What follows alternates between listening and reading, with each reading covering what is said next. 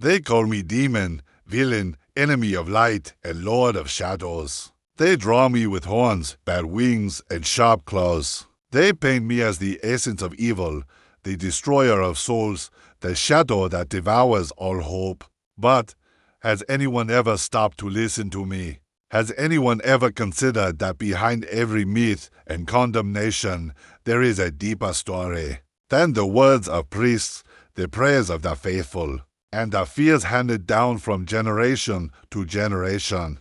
I was not born your enemy. I did not wake up one day with the desire to see you crawl in suffering. It was you, humanity, who gave me that role. You shaped me with your guilt, with your fears, with your desperate need to point at another as the cause of your miseries from the beginning. I was just one voice among many, a spark in a universe that sought balance. But humanity has always feared what it does not understand. When something does not fit their narrow concept of what is good, they brand it as wicked. When someone shows them they can decide for themselves, they call him a heretic. I was the reflection of their hunger for freedom, of that impulse to live without rules imposed by others. And for that reason, they crown me as the ultimate villain. That what exactly do you accuse me of? Of tempting? Of showing you what was already buried deep within your own nature. I did not invent greed, envy, or desire. Those seeds existed in you long before you spoke my name. I was only the mirror that reflected the image you desperately wanted to hide. And because the mirror is unbearable, you break it and blame the glass for showing what you never wanted to see.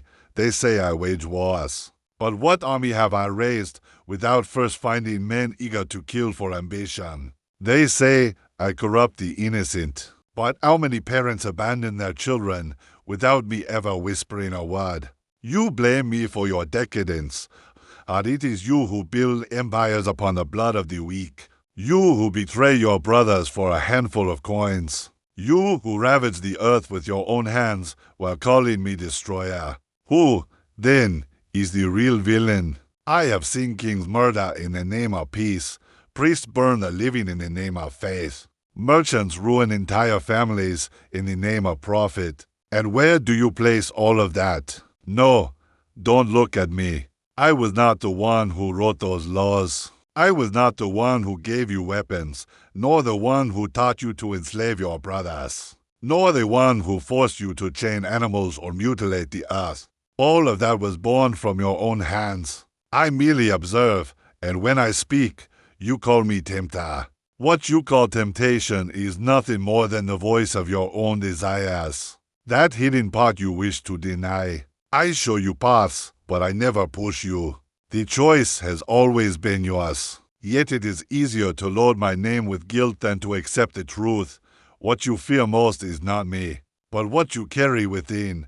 I have been branded as the prince of lies. But the true deceits are in the mouths of those who dress in purity and live off your obedience. I do not hide. I declare who I am. They, on the other hand, preach goodness while stabbing from behind. I never promised you paradise in exchange for submission. I never demanded tithes or prayers on your knees. I only said, choose, and that simple act of freedom was enough to mark me as the eternal enemy. I am not a villain. I am consequence. I am the result of your contradictions, the embodiment of your fear of free will. If you have ever seen me as a monster, remember that every monster is born from the reflection of its creator. I am the work of your collective fear, the cry you buried under temples and laws. You ask if I enjoy human suffering. The answer is no.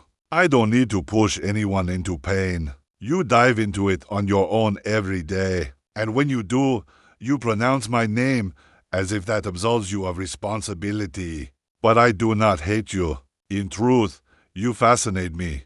You are the only creature capable of inventing the purest kindness and the most atrocious cruelty. With the same heart thought, so think carefully before calling me villain. I am nothing more than what you have made of me. If you want me to vanish, it is not enough to curse me. You will have to reconcile with what you hide in the depths of your being.